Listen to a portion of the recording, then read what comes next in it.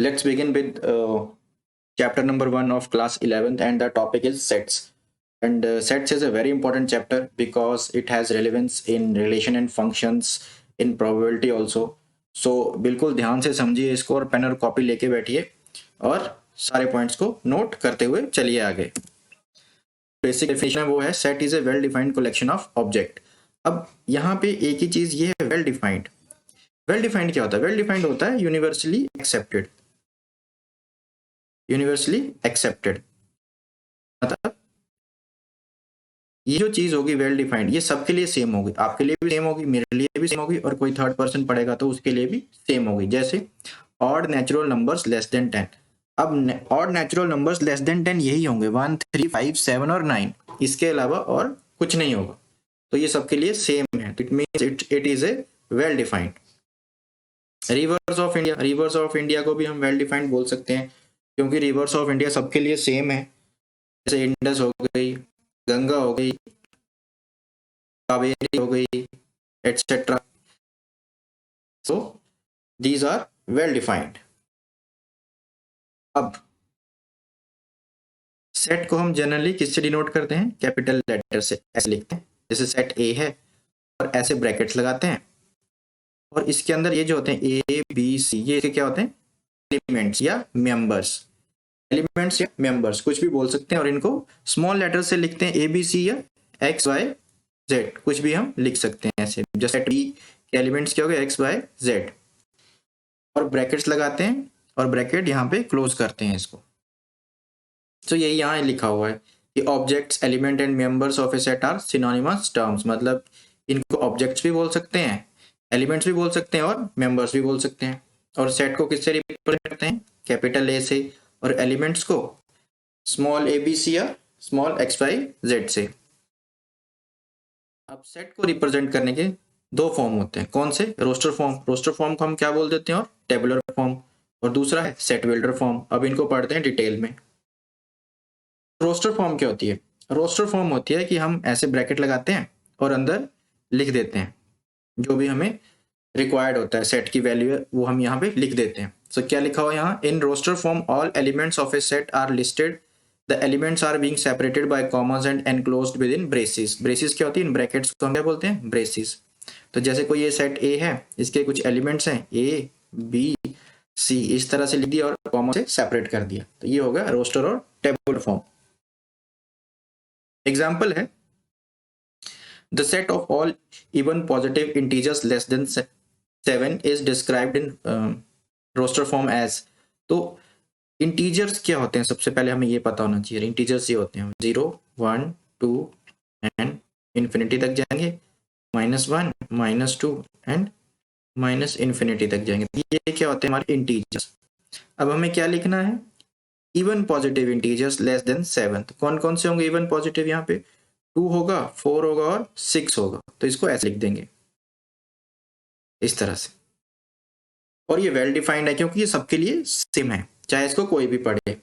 जैसे set of vowels in English alphabet, तो कौन कौन से होते हैं? ए, ई, आई, ओ और यू, यही होंगे। बाकी सब तो कॉन्सोनेंट्स होते हैं। अब एक छोटी सी चीज कि रोस्टर फॉर्म में हम जनरली क्या करते हैं? एलिमेंट्स को रिपीट नहीं करते हैं। जैसे हम ब्रैकेट के अंदर कोई एलिमेंट लिखते हैं, जैसे स्कूल लिख दिया हमने, SCHOOL, तो ऐसे नहीं लिखेंगे। ओ को दोबारा रिपीट नहीं करेंगे, ओ को एक बार लिखेंगे इस तरह से, ऐसे। इससे क्या होता है? हमारा टाइम बच जाता है और देखने में भी थोड़ा अच्छा लगता है।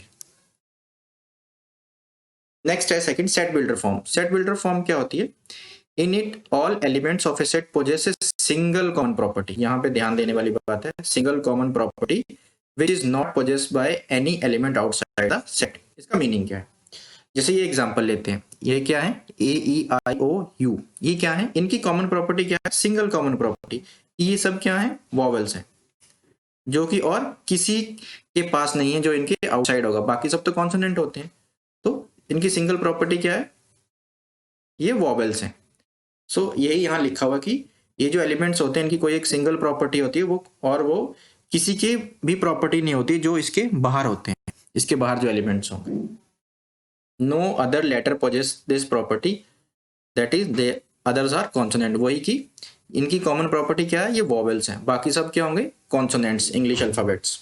इसको लिखेंगे कैसे, इसको ऐसे लिखेंगे, कोई मान लीजिए सेट हमने वी नाम दे दिया और ऐसे ब्रैकेट लगाएंगे और लिखेंगे एक्स, इसको बोलेंगे such that x is a vowel. तो हमने यहाँ पे कॉमन प्रॉपर्टी लिख दी इन इंग्लिश अल्फाबेट्स, ऐसे लिखते हैं, ब्रैकेट्स जरूर लगानी है और क्लोज भी करनी है, और इसको बोलते हैं x such that x is a vowel. तो ये सिंगल कॉमन प्रॉपर्टी हमने लिख दी। अब एक छोटा सा एग्जांपल समझ लेते हैं, इससे और क्लैरिटी हो जाएगी। Write equation x square plus x minus 2 equal to 0 in roster form. So कैसे कर सकते हैं, ये क्वाड्रेटिक इक्वेशन है तो इसके हम फैक्टर्स बना लेते हैं। इसके फैक्टर्स हमारे पास क्या आ गए, x माइनस 1 और x प्लस 2। सो x की दो वैल्यूज आ गई यहाँ पे, 1 और -2।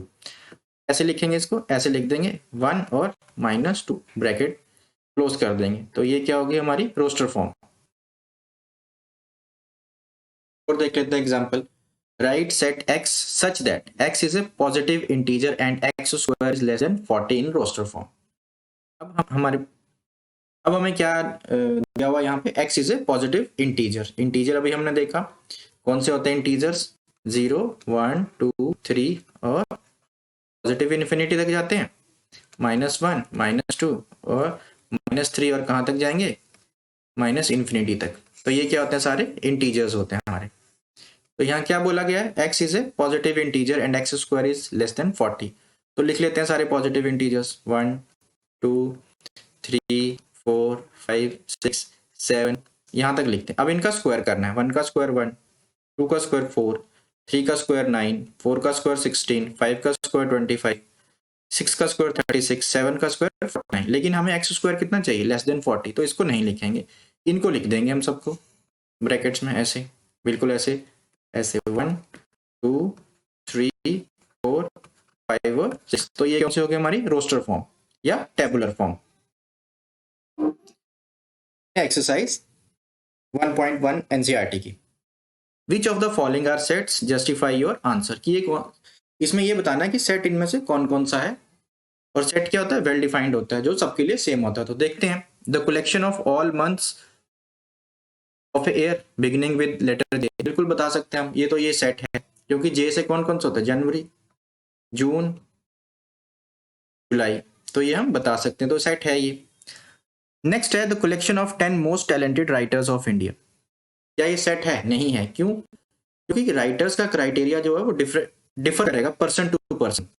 जैसे मान लीजिए किसी आदमी को लंबी बुक्स पढ़ना अच्छा लगता है जिसमें बहुत सारे पैराग्राफ्स हों, ठीक है, और कुछ आदमी को हो सकता है कि शॉर्ट स्टोरीज पढ़ना अच्छा लगता हो। तो हर किसी के लिए टैलेंटेड राइटर जो होगा वो अलग अलग होगा।